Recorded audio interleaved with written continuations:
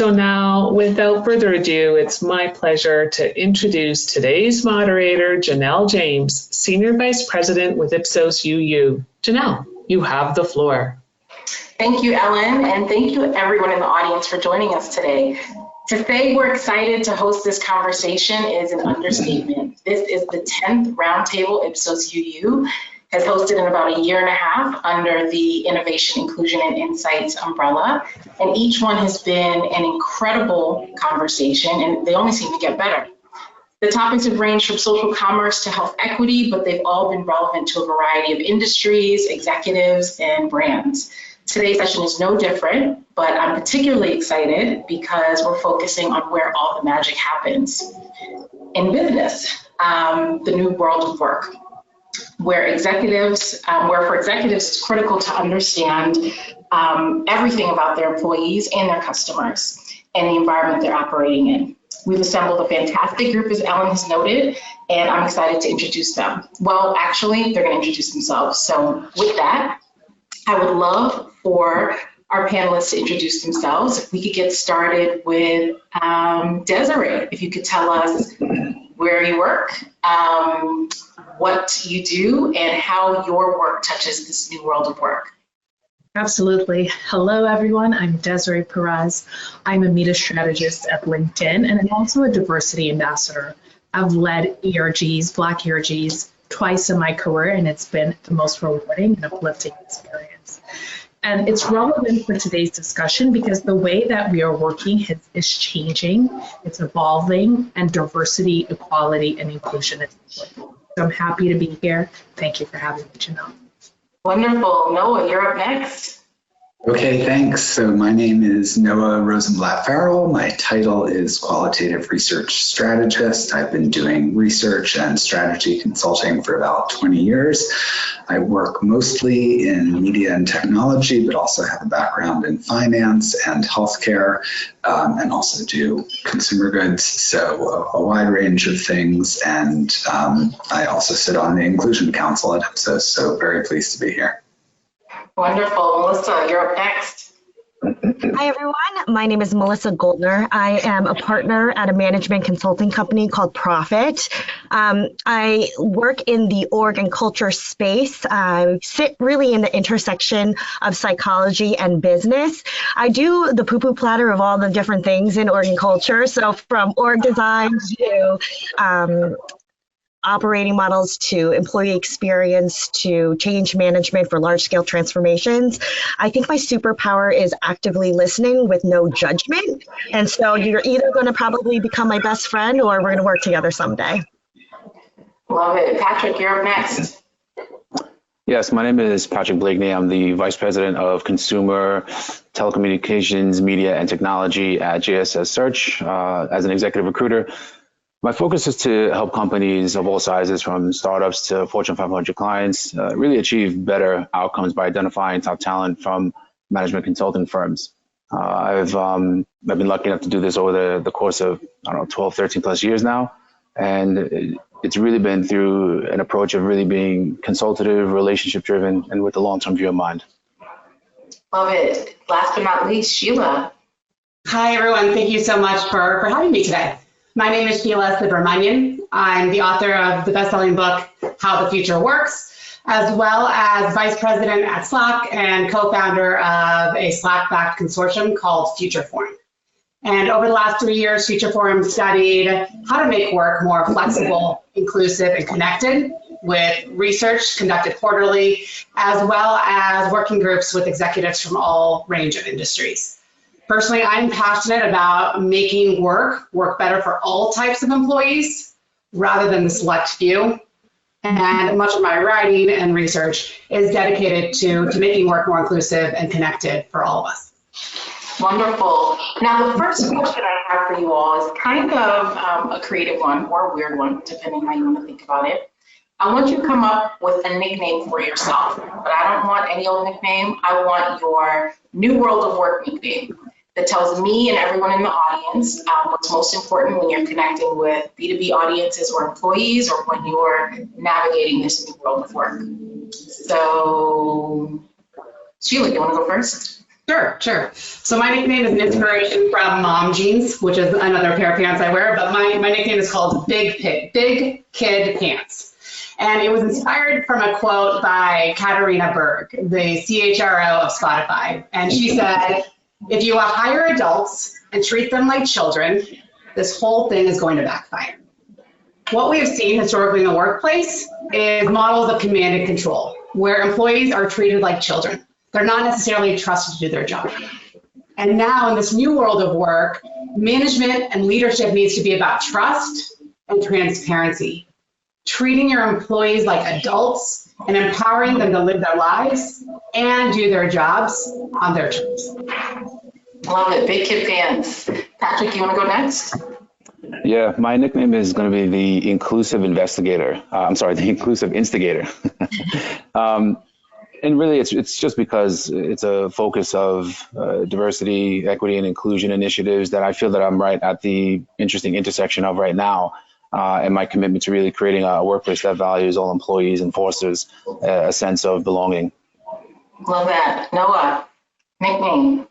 My nickname is the person because I meet a lot of people, but I try to take each person on their own merits, try not to make any assumptions about that person, try to accept them as they present themselves, but also not to look away from anything. I think it's just as important to see the challenges that people face as it is to see the positives. So person.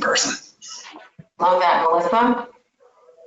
My nickname would be the organizational rule breaker. And the reason is because I have actually been working in org effectiveness for the last 20 years, but I also see from that work how broken some of these systems are. One of the things that I really committed to in my position is that if I have clients that expose me to a broken system or a broken process, even if it's not in the statement of work, I try to infuse and inject equity into it and find opportunities for people that may be unsung heroes or historically marginalized groups. But that's something that I do in my everyday work. That's why I'm an organizational rule breaker, because those rules are meant to be broken. Love it. Last but not least, Desiree. I love rule breakers, by the way, Melissa. Oh, yeah. My name is Des Irie, and if you do not know, Irie is a Jamaican slang for like everything's okay, everything's all right. I am a proud Caribbean woman from Trinidad and Tobago, and I love celebrating my heritage. And when you think about the new world of work, belonging is important, culture, authenticity. So this is my way of bringing my culture and my authenticity to you today. And I hope everyone's Irie, you're good, because workers, we need to be okay or else we leave. And that's what we're seeing. So it's really important for organizations to really ensure their employees are okay and they're Irie. So love it. You guys did an excellent job with this. The first question, or I guess real question I have for you, we've been tossing around this word or this term, the new world of work. And I'm curious how each of you defines that. Sheila, you want to get us started? New world of work, what comes to mind for you? Well, I'm gonna rewind back to the beginning of the pandemic, where we saw organizations make bigger changes than they ever thought were possible in how their employees worked. But at the time, most simply did a lift and shift. They lifted existing office-based practices and they shifted them into people's living rooms. And now, fast forward 3 years later, we're seeing this desire to lift and shift back to how things used to be. And we're seeing a lot of resistance, as Melissa was saying, we're seeing a lot of resistance in people leaving because they don't necessarily have the choice that they want. So the new world of work, in my view, is flexible, it's inclusive, and it's connected. Flexibility is not just where you work, it's when you work and ultimately how you work. Inclusion is feeling like you belong, regardless of where you're located, and feeling like the world of work is designed for you, not just the select few. And feeling connected is feeling valued, seen, and heard, both in the office as well as through digital tools, and feeling that sense of connection and trust of your leadership as well as of your coworkers. So I think we have a lot of work to do in terms of building this new way of work, but those are the 3 pillars that I tend to think of when thinking about the future. Desiree, how are you thinking about the new world of work? Well, firstly, And I mentioned this when we had this discussion, it is a privilege for the people on the call, for people who are white collar workers to sit in front of a computer and work. I want to acknowledge that we have like first line workers, people who work in factories that did not have that option during the pandemic. So when we think about the world of work, it has to be inclusive for all types of workers. That's the first thing. The second thing I want to share is an insight from a Deloitte survey about work well-being. 80% of executives say that well-being is important to their employees, it's a top priority, yet 90% of them are saying they're seeing burnout and it's getting worse. For people that are working behind computers and there is this blur of home and work, what we're seeing is burnout because people are always on versus pre-pandemic when you would go into the office, you were turned off. So one of the things when I think about the world of work is accessibility. And I also think about well-being. It is critical. It's also Mental Health Awareness Month. We're in May. So it's really important for leaders and employers to understand their employees' well-being and support them. So important. Melissa, how are you thinking about this new world of work? I agree with a lot of the things that Sheila and Desiree both have said in terms of, hybrid work. I also think change and managing change is very different in this modern world where historically speaking, change was a one point in time, one project at a time, but now it's simultaneous, it's constant, it's all over the place, it's at scale. And I think the new world of work is really meeting people where they are and really understanding that they are human beings. So there might be outside indicators, there might be people they're taking care of outside of home, there might be political things that are happening in the world that all have an impact in regards to how they deal with change within the organization. And I think one of the things that we need to be most mindful of is to meet the human where they are. Dr. Any builds to that? How are you thinking about the new world of work? You say me? Mm-hmm. Well, I think of it in under three umbrellas of flexibility, awareness, and empathy. Flexibility in a sense that it's everyone talks about it, but no one really knows exactly how to really roll it out. And a lot of times it's really predicated on the individual. I think that there's an awareness piece that comes involved where there's more cultural aspects that are very much in the forefront when you're thinking about DE&I initiatives and trying to bring that to the forefront of everyone across an organization.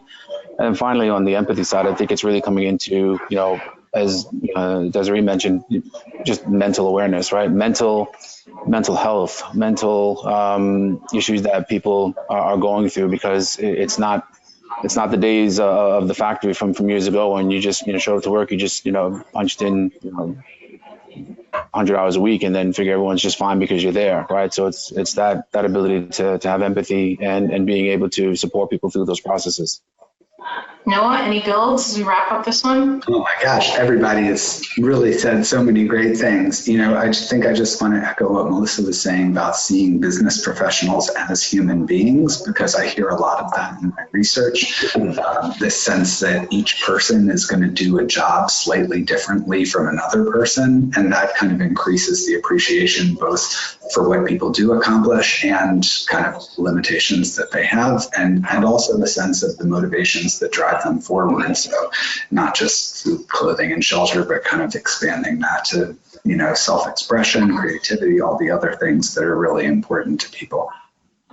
I was looking at a recent study of 2,500 industry leaders, futurists, design experts, and 72% of them said that the workforce has changed more in the last 3 years than in the last 25 years. In your opinion, what is most driving this change? Desiree? I would say I'm living that change. I lived in New York for 15 years, and during the pandemic, I had a 3-year-old, 2-year-old son, and no childcare, while my in-laws were here in Florida. A plan to move to Florida that we thought would be 10 years on the horizon became 1 year. And part of it was possible because my organization, LinkedIn, which is owned by Microsoft, took a stance that employees could be hybrid. You could move remote to be closer to what you want, because at the end of the day, I need my basic needs, my family safe, and I don't have that, I can't work. So one of the things that I will say is important is flexibility, and also thinking about How are you prioritizing your family and your needs? So I am living it and a testament that it can be possible and do everything in my power to maintain that trust, like Sheila said, which is important, that I will be just as productive remote versus being in New York, where it just didn't align with my values and stage of life. Patrick, what are your thoughts on what's driving all the changes happening in the last 3 years? I think now more than ever before, you're having your professional life being intertwined more so into your personal life, right? When you have a lot of folks working from home, especially over the pandemic, everything was right there in the forefront. In a lot of ways, I thought it was unique in a way where if I'm having meetings, you could actually see the other side of people, where someone's child runs into the room and you get a different feel. But then on the opposite side of that, I think that the other parts of the awareness is really of what's happening around us, from everything that you can see on social media and the news, that are bringing more awareness to people speaking up, people having a little bit more of a voice and communicating through different outlets, LinkedIn included, that whether it's a professional platform or not, there are more people that are having a little bit more guts to really speak up, I think. And I think that's part of the awareness and change in itself. Any thoughts to that, Sheila? Yeah, I agree with what was just said. I would also just add the element of reevaluating what productivity means. It really irked me a couple of years ago when people were like, all right, time to get back to work. We have been working. We worked through a pandemic. And it's really clear to people that they can be productive and have more choice in how they work. But that requires leaders to also revisit how they're measuring productivity. Just to age myself a little bit here, my first performance review, I was lauded for responding to emails at midnight and for always being on my BlackBerry. That's how productivity was measured. And that one needs to be much more about outcomes and value delivered. And that's what employees are expecting, and leaders need to tell them that. That totally makes sense. I'm curious a little bit about in person. In a world where hybrid work and flexibility and remote work is so important, particularly for knowledge workers, how do we think about in-person events, conferences, when to get your teams together? It's going to be very important to understand the implications of hybrid work because there are studies that show that there might be bias in the system. If you're not there, you might not get promoted. So I think one of the things to really focus a lot of attention on is understanding how to inject equity and inclusion into the systems and processes. Gone are the days of the lift and shift, like Sheila said, of before COVID. We can't leverage the same approach that we did in the past to get to the future. Otherwise, it's just a bunch of more yesterdays, right? And so I think bias is something to pay attention to. But I also think in terms of in-person events, it's important to make sure that leaders are leading by example. If there are expectations for, in-person connection days, what days are those? And they shouldn't apply to just the frontline workers. They should not just apply to the middle managers. It should apply to every single but one leading by example. I also think it's important to keep each other accountable and really revisit the measurement system. So like Sheila was saying about, hey, how are we defining productivity? How are you measuring, that within the new world of work? I think that one of the things that I have tried to do before launching any of my new projects with my new teams is to sit down and have what I call a ways of working discussion or a team charter. And that helps you depict what hours are you the most productive, what are no-no hours. Like Desiree, I had my first child during COVID, and I try to protect those and try to create boundaries. I've become a much better boundary setter. My 2.5-year-old has better boundaries than me, by the way, but I'm still getting better, work in progress, But I do have those conversations with my team members to really understand, them as a human, what drives them, what they want to pursue within this project, what do they want to do 5 years from now, 10 years from now, even outside of this office. And I try to figure out ways to ensure that there's connection points in terms of what I provide them as an opportunity into the day-to-day. So I think that's something that's really important as well to discuss. When should we expect in person? Is it brainstorming together? Because if you're just going to be in a room on other calls with other clients a day, then I don't know if that is really productive and the best use of people's time. Totally makes sense. Noah, I'm curious what your perspective is, particularly given you have the opportunity to do research and talk to so many different executives or workers in so many different environments, in so many different industries. Can you tell me a little bit about what you're seeing in terms of how they're working and how that might even impact the customer journey? Yeah, definitely. So you're right. I do get to talk to a very wide variety of people. I was reflecting on this after we talked earlier, and I was thinking that just in the past few weeks, I've talked to healthcare professionals, neurologists, physical therapists, nurses. I talked to a son who took over the digital marketing for the mortuary business that his mother started. I talked to a former military officer who specializes in telecom security, a parkour athlete, so a very wide range of people. And I think that one of the things that, just to build on what Melissa was saying, one of the things that I'm hearing from people is that there can be good reasons to be in person, that, there are feelings that there are things that, and I think about my own experiences in math, and it was always really, I had a lot of challenges with math. That's why I became a qualitative researcher. And can you hear me okay, by the way? Now I can hear you. Okay. Yeah, so I was saying that, when I was learning math, I did my first project on remote learning back in 2009. And I remember, can't you hear me? Now I can. Yeah. Okay, let's see. Not sure what the challenge is. Okay. But I was saying that I did my first research project on remote learning in 2009, and one of the findings is that not only are there certain things that you just can't really teach well remotely, like nursing skills, phlebotomy, or mechanics, or chemistry, but there are also some things that you really shouldn't try to teach, which have to do with things that are challenging for people to learn, because it's better to have people together so that they can reflect off each other and kind of build together, so that, like I was saying, I had challenges with math. It was always nice when I couldn't understand something.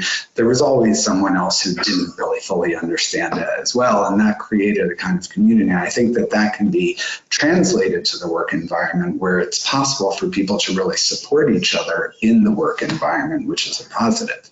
At the same time, we talked about journey, and I think what I've been noticing in my research, especially the B2B research, is that the journeys, customer journeys, have transformed. So the kind of standard progression that I tend to think of is, you do some manner of needs assessment, a consideration of your options, you go through a decision-making process, maybe you negotiate the purchase, and then you do, adoption and implementation.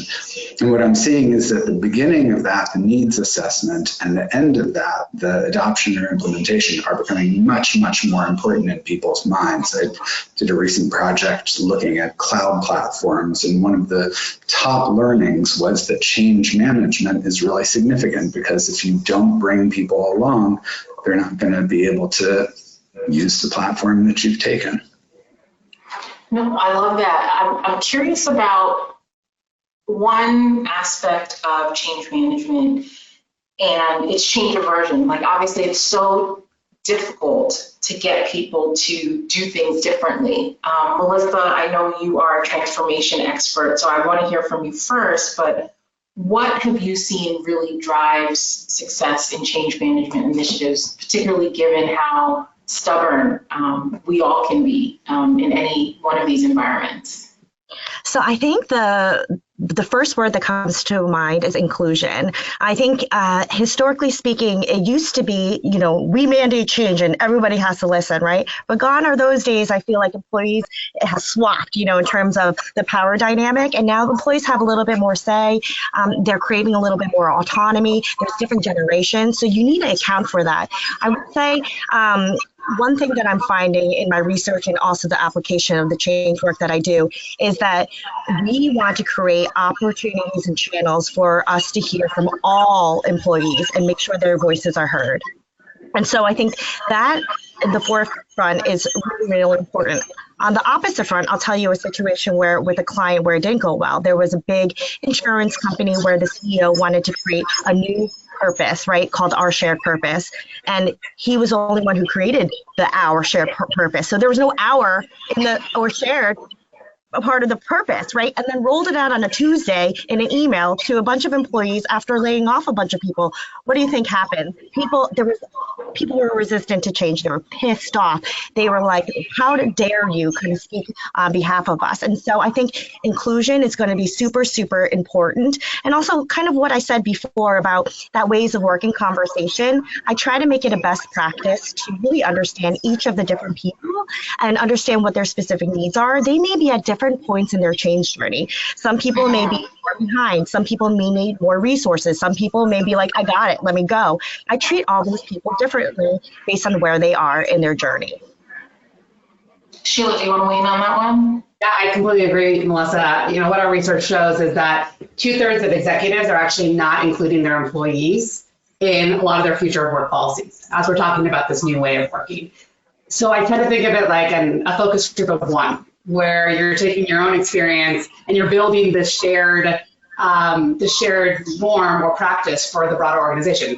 That's the number one way to alienate your broader employee base.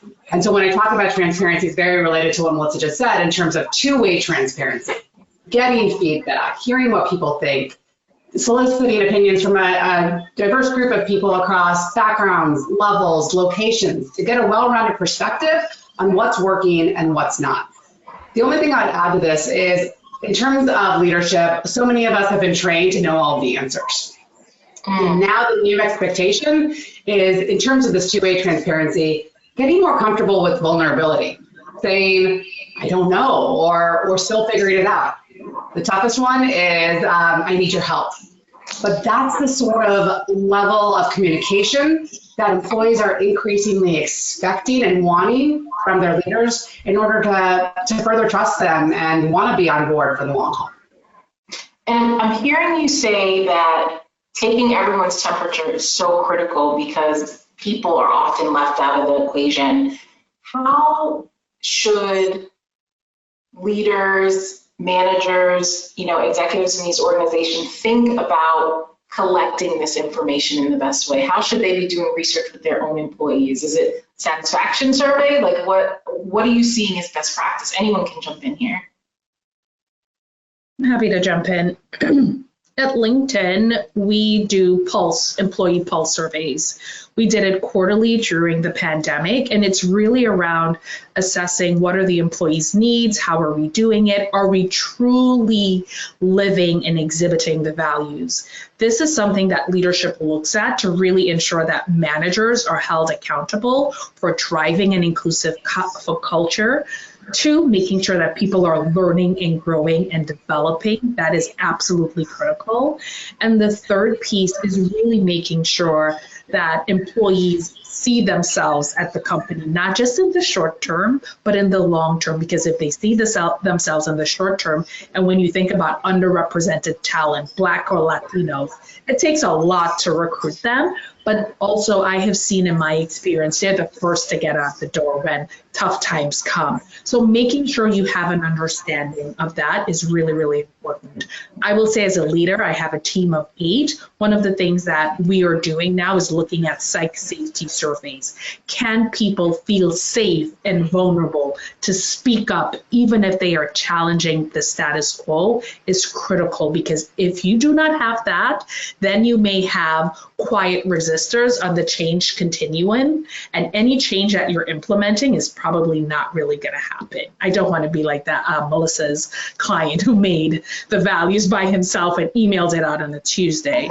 So that vulnerability and psychological safety is absolutely critical in today's world. Desiree, I know you've had the opportunity to lead employee resource groups in your experience, and I've seen employee resource groups used in a variety of ways in organizations. I'm curious, given how important it is to not only, be aware of the challenges that your employees are seeing or experiencing and to provide support in some way, but what are the best practices in terms of using them? Because particularly, at the start of the pandemic and after the death of George Floyd and the increase in interest in social justice, I've seen a lot of brands tapping into employee resource groups really as business resource groups, really just giving those employees work that they shouldn't be doing. I just want to get a sense for what best practice looks like when it comes to employee resource groups and getting valuable, priceless feedback from people. Absolutely. There's a consultant called Dr. Robert Rodriguez, and his specialty is advising ERGs on how to develop their strategy.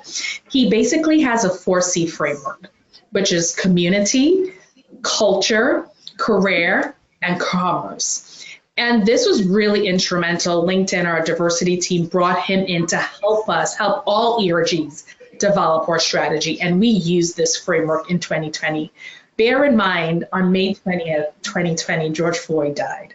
The Black community was in an uproar, social injustice. Allies were coming at us from all angles. Hey, I want to help. How can I help? There was a lot of tension and stress in the Black community.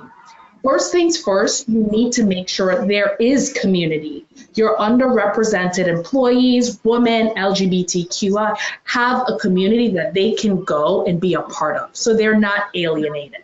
That's the first thing. The second thing is making sure that they can thrive in their jobs. I see a high attrition rate, even from my days of Wharton, like MBA, like underrepresented groups. We get in, but sometimes we don't have the tools and resources to adapt to the culture, to really understand the norms. So making sure you are investing in not just hiring the talent, but investing in them and growing them. The third piece I will say is culture. A lot of people think when I took the role, I remember a Brazilian woman told me, Sue Ellen, when we talk about Black history, we only talk about American history. You don't talk about 60% of Brazil is Black, yet only 10% of them make up the corporate workforce. These are real issues happening globally, and a lot of countries internationally look at the United States at the stance we take, and we set global trends, and that's something that's important. And the third piece is commerce, which this is where we can help. So there's a case where Uber, for example, used some of their employees. I think this is the Latinx group, to identify restaurants that Uber Eats didn't source or how they could be more representative. And this is a good example of getting input, but using the business resources to execute the strategy. So having an input on the strategy is important, but not bearing the responsibility of executing it in addition to your full-time job. Love that. Melissa, did you have any thoughts on this one?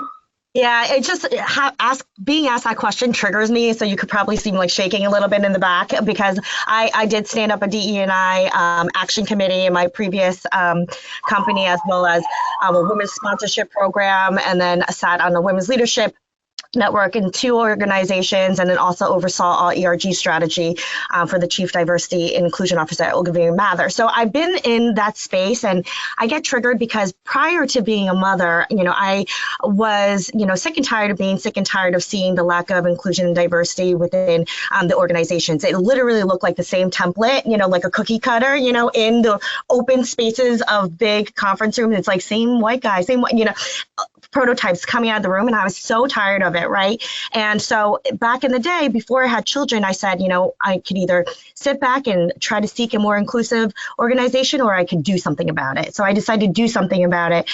But the reason why I have that reaction is because now my priorities have shifted a little bit. Any of my free time I want to spend with my children. And so I'm now having a different type of perspective. I think that ERGs and people who participate in this and participate in driving connection, community, should be paid for it. You know, if we are going to lead things, we should be paid for the work that we do, and it should be embedded into the performance. DE&I should not just be a thing as outside of the purpose and outside of the strategy. It should be intertwined in everything that we do as a business. Anybody with a .com address in terms of your email addresses in your organization should have a role in DE&I, and it shouldn't be the people that are suffering from the inequities to come up with the solutions for the inequities and then be responsible to educate people when they can do it on their own. So my perspective has changed a little bit. I think people should be paid for ERGs because it is helping the business, it's helping retention, and it's helping the culture. Can I just add one thing there? It's very important. Our CEO, Ryan Rolansky, took a stance, I believe, in 2021, and I got paid as the co-chair. So co-chairs of ERGs at LinkedIn are paid. They also set up an independent fund, and we hoped it would influence the rest of corporate America. So I hope you're listening and pay your ERG leads, because we do real work and we influence the business. The second thing that I will say that's super important that made a shift in how all ERGs operated, I noticed we had a lot of allies. 20% Black employees, and then we had 80% allies on our distribution list. So one of the things I did with my leadership team, Chris and I, we introduced an ally lead, and we we brought in 2 leaders, Rachel and August, and their job was to help educate allies and bring them along on the journey. So it's not the responsibility of the people who are impacted. That has now been replicated throughout all ERGs at LinkedIn. If you're veterans, there's a veterans ally, so that we are sharing the load and the burden of driving inclusion. I want to share a headline, or 2 headlines that I've seen recently. The first is the new unpaid office work for women being DEI leaders, and women are burning out during doing invisible housework. Obviously, we're just talking about this in some ways, and I love that LinkedIn is making progress in this regard, but wanted to get some reactions, particularly to those headlines. Patrick, did you have any thoughts? I mean, it's as true as the title itself, right? I think when you're having a lot of these initiatives, number one, I think I always question how genuine is the effort, right? And then how much of it is supported, right? And how many, if someone is going in and trying to do a lot of this type of work and they're going in with the right attitude and initiatives, how much is it supported thereafter that meeting, right? Is it just like a quarterly meeting where we just march this person in and then afterwards you kind of, go back to work?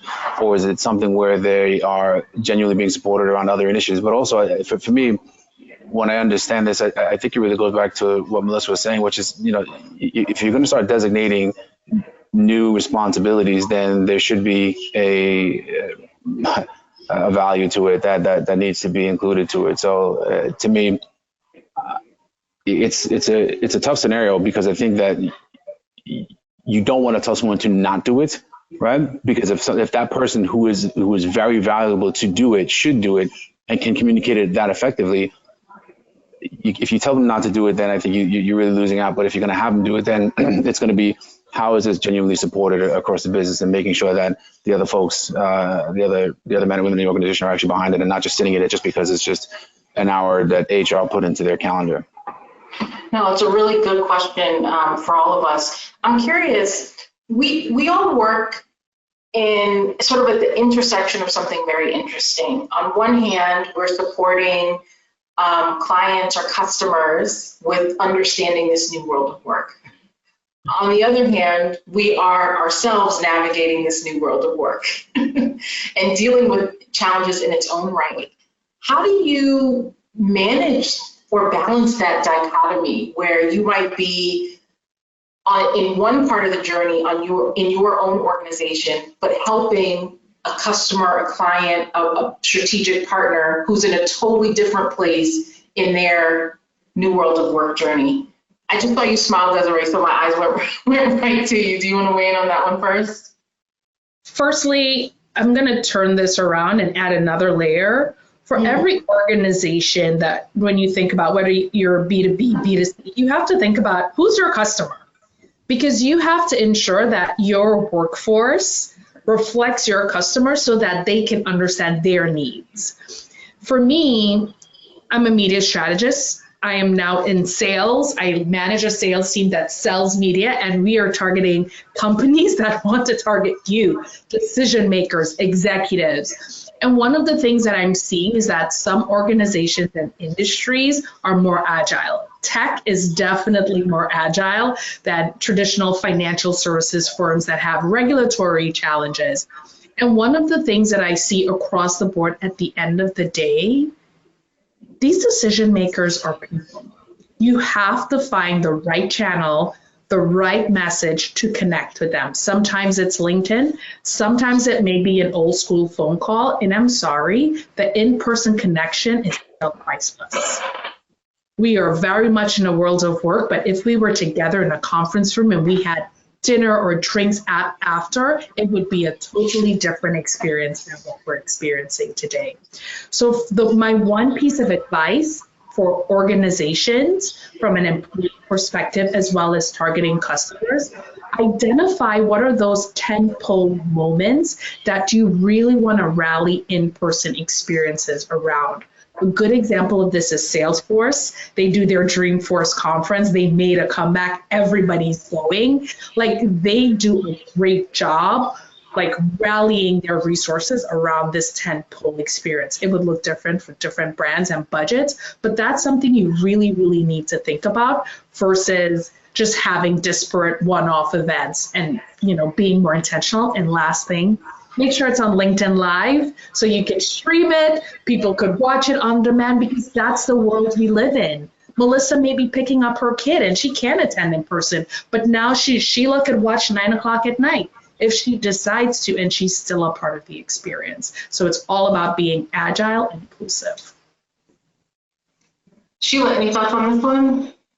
Yes, I think that it's really important for us to realize too that, to Desaree's point, that work is not one size fits all, and also acknowledge that we're in the middle of this crazy work experiment. I may be at a different place than my team may be at a different place than your team, and that's okay, because we're all still figuring it out.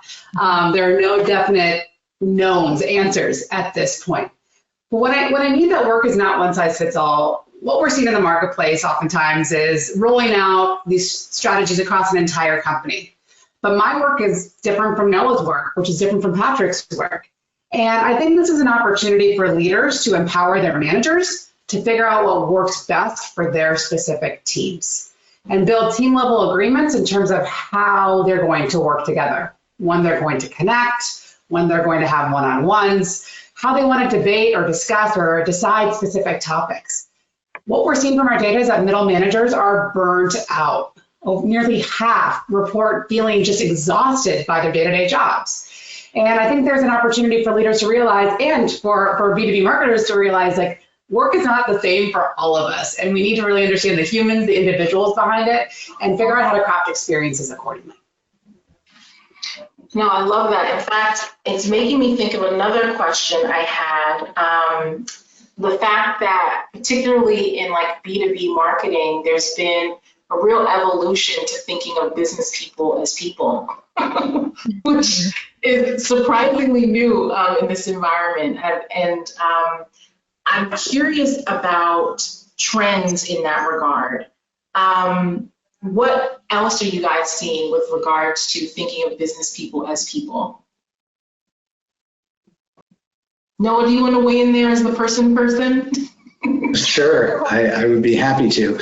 One of the things that comes to mind just off the bat is a distinction that someone, super smart Gen Z person that I was talking to mentioned, and was that the narrative that they had heard previously was that work is a family. We're all part of a family, but just like Sheila was saying, it's team rather than family. And I think that that distinction is really significant, because in families we have expectations and we're willing to put up with certain things that you just wouldn't put up with on a team, but also a kind of, in a team environment, there can be a kind of curiosity about who has what strength and how that can be applied.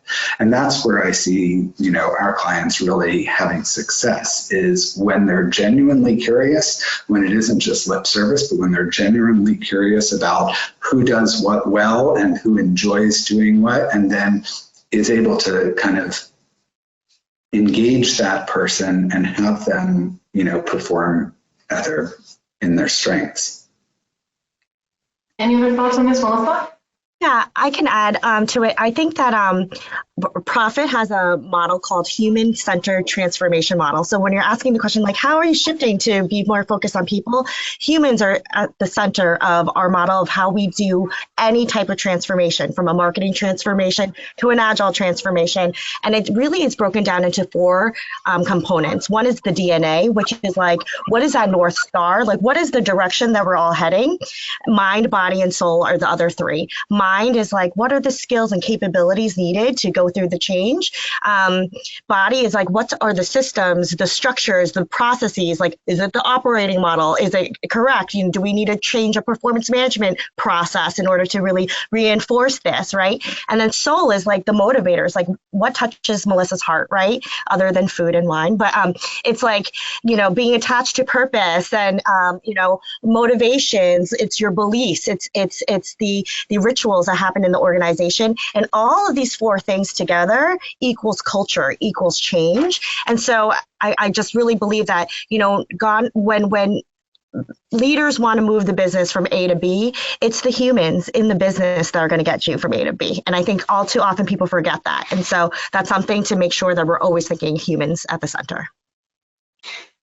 I'm really fascinated by how quickly ChatGPT has been adopted. I think it's been that AI tool or resource or application that's had the fastest adoption. And obviously there's been so much media coverage around it. In this day and age, we have a lot of employers looking at how to run more efficient organizations. And the reactions to ChatGPT from an employee perspective have been really fascinating, range broadly, where you see some people nervous about losing their jobs as knowledge workers to AI, to, on the other hand, where you have people literally juggling 2 and 3 full-time jobs by using AI like ChatGPT.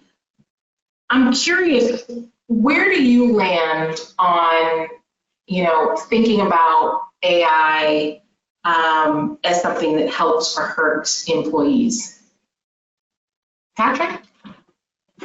I think it's interesting because technology, people have always said that, it takes away jobs, when actually there's data that supports that it actually has created more jobs. But I think that this is a scenario that is going to be a little bit more unique when you're thinking of the word intelligence and also what it's going to be able to do. My honest opinion is that it's going to help and hurt in a lot of ways. I don't know what the evolution would look like when it comes to jobs that it may eliminate, because you're talking about things that it can do now, from creating PowerPoints for presentations, and you start asking yourself, how well does the person really understand the depth of the work that they're doing in order to really consult on it, or even present on something that they can even field questions and answers to. So to me, I think at some point it's going to be hey Alexa, XYZ, and then all of a sudden it's just link it to this spreadsheet, and then all of a sudden you're going to have something that's being automated out there. So to me, my honest answer is that there's a reason why there's a lot of people have come out to try to control part of this. For me, I always think about the movie The Matrix, because it looks just like that, right? And to me, it's a situation where it's going to be something that will obviously help a lot of ways in terms of maybe just some tasks that could be quickly executed on. But I think it's also going to be a scenario where you're going to have to honestly answer yourself: is it harming what we are really trying to do with what the technology is supposed to do? So I don't have a clear answer for it, obviously, as I'm saying it, but I think I think you're going to get the best of both worlds. But I also think it has to be something that's like anything else, controlled to a large degree. Noah, are you seeing anything in your research regarding AI and its application? Yeah, so I think you know, Janelle, that I led the qualitative portion of foundational research into artificial intelligence, where we interviewed 3 types of respondents: the top theorists and influencers, and then people who were in the trenches developing AI, and then general population. And we actually finished our research in November 2022, right before ChatGPT was launched. So the ChatGPT phenomenon landed in a field of ready awareness for me. And I think what I heard, especially from the developers and from the influencers, is that AI is hard to build and it's challenging, and ChatGPT, which all of them already knew about, that it was coming, that it represents a kind of democratization of AI that makes it possible for more people to use AI, but the underlying issues are still there. Implicit bias, which is something that we definitely worry about, and just the need for some form of oversight or regulation so that, you know, it is used properly, it doesn't destroy jobs, but it does create efficiencies. I think that's kind of the goal. But I'm hearing much more, especially in B2B research, from people for whom artificial intelligence is a consideration. And, you know, that's not just the developers, it's really all types of businesses that see opportunities there. I'm curious, where do you all go for inspiration when you're thinking about connecting with B2B audiences or employees? Are there any influencers that you rely on? Are there any sort of hacks that you have for getting perspective? Desiree? I'm like, I personally am passionate about following female leaders that inspire me. I love Bozoma St. John. I just finished her book, The Urgent Life. She has disrupted CMOs and what a CMO should look like. And I really admire her leadership, you know, based on her experience at Uber and Apple and last Netflix, and just, you know, being an ambassador for Ganner. I will also say Shelley-Ann Archambault, who is on the board of directors for Verizon. She became the first Black female CEO in Silicon Valley at like 40. And she was ruthless with prioritization and setting goals for herself and identifying people who are doing the things she wants to do. So those are 2 women that inspire me. And I would just be honest, I go to Instagram, man. I get all those feeds with Oprah and Chadwick Boseman, and sometimes I just need a little inspiration there. So sometimes I just need a little 30 seconds of love and insight.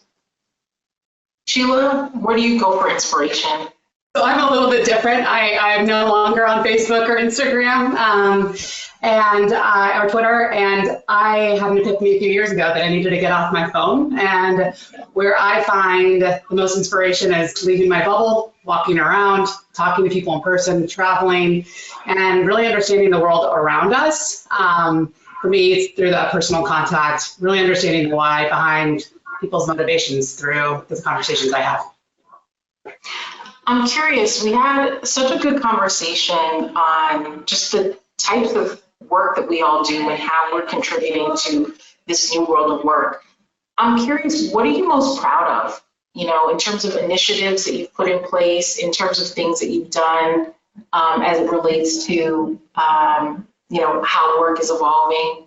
What are you most proud of? Noah? I'm curious. Honestly, I think one of the things that I'm proudest of was an interview that I did for an empathy training. And I interviewed a sleep-deprived mother about what it means to be sleep-deprived. This was following on a project that I had done about sleep, where I talked to sleep experts and tired parents. But I had this opportunity to interview this woman who was a new mother, and we just really connected. And I think that it was that depth of empathy that I was able to really sense what her life was like and what it meant to be really deeply exhausted. I know it's a very small example, but it expanded so much in my mind, and then also for everyone who did the empathy training, I think it was very significant. Melissa, what are you most proud of? It's hard. I feel like it's the micro steps that equals macro change for me. So for example, an example of a micro step is before I went out on maternity leave for my second, typically your book of business is given to the partners that you work with on a day-to-day basis. But I was like, I might have a little bit more influence now with regards to where that goes. So I called talent and I called HR and I said, hey, who are those really smart people that may not have been the loudest in the room to raise their hand? And, who are those people that haven't gotten those chances already? Those are the people I want to give my book of business to. So I feel like little micro changes like that and reminding yourself that you have the responsibility, but also it's a choice to make a difference, and choose that every day. I love that. Not only because you called yourself the rule breaker, and this is literally looking at what routines and templates have been in the past and seeing how even in small ways you can shift that, right? But also because, in this world, how are we creating opportunities for people that look like us? Yes. Is really interesting. What are you most proud of, Sheila? Yeah, I love what you just said there. For me, it was the point 2018 where I realized that as a leader, I was fostering cultures of assimilation, not inclusion. And making that distinction of this is how we fix the system rather than this is how we fix the employee was really critical for me. And I think that over the last 5 years, pointing out the flaws in the system, pointing out how we can redesign how we work, pointing the way that we can lead more effectively has been a point of achievement, because it just has unveiled just how much work we have to do and the importance of doing it now. Desiree, what are you most proud of? So I have a different angle. In 2020, I would say I was tasked with helping drive our healthcare business marketing solutions. Healthcare did not exist at LinkedIn. Then the pandemic happened. It became relevant. And when I say healthcare didn't exist, it means that we had regular white collar workers. We did not have nurses on the platform. We didn't have strong representation of doctors. And then this crisis hit and we realized that we had a platform that could help fulfill labor shortages. Oh, we need nurses in Italy and stuff like that. And as a company, we did that, which was magnificent. One of the things that I worked on, Johnson & Johnson was our client back then, and they wanted to connect with policymakers, with companies on their journey to find the vaccine. We created these document series on the road to vaccine and did LinkedIn Lives that had over 1 million views. Now, it sounds like a little bit, but that's huge for LinkedIn back then. And now looking back, we have more content catered for healthcare, for doctors, for nurses, for home health aides, because we realize that if you don't have a workforce that's healthy, there is no workforce. And healthcare is an access, is a benefit or a privilege, not a benefit. We all need it. So that is probably one of my proudest moments driving change. And I hope more healthcare professionals would be on LinkedIn and we would all also talk about health in the workplace and mental health and normalize it. So that's what I'm most proud of. In terms of the last question, I'm curious how, if at all, your lived academic or professional experience has made you better in business. And if we could just quickly go around to hear a little bit from everyone, I think that would be wonderful. Noah, do you want to start? Well, I have a very varied professional history, and I think that has helped a lot. I have been a body worker, I've been a photographer, I've been a consultant, and done a lot of different things. And I think that over the course of those many different things, I think that my perspective has opened and realized that there are so many different types of people out there, right? And there are so many jobs to do, and that each one has its own unique flavor, its own unique nuance. And I think that when I go out into the world, when I go into a research situation, or when I go into really any sort of engagement with people that I don't know, or with new people, that it makes me sort of slow to learn, perhaps. But once I get it, it sticks. And I think that, it's just that variety that has really helped me not to come in with assumptions and to take things as they're presented. Sheila, your thoughts?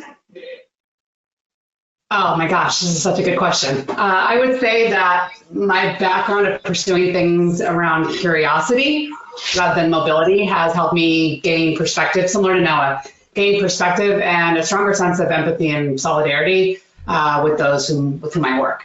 And that curiosity helps me both personally as a parent, daughter, and friend. Melissa? I would say I have a very, very strong why. Being brought up as an Asian American female in a very conservative home, I've been always told, like, keep your head down, work really hard, and then you'll get rewarded for it. But that's not the case in real life. And then, don't speak up for yourself, appreciate hierarchy, which got me in trouble in terms of like bosses that were toxic. And so those experiences, I'm so grateful for them, even the toxic managers and all the potential traumatic experiences in the past, because it helped me realize how awful it feels to be on the other end. And so it fuels my why in terms of making sure that we create a world that's better, that has that less removed, for my daughter, for my son, for other women, other people that look like me. And so I think my lived experiences is my purpose. It's creating that why. Patrick? I can go on and on and on about this, but I think that there's one saying years ago that probably resonated with me more than anything else that I kind of lead with day in and day out, which is, look, people don't care how much you know until they know how much you care.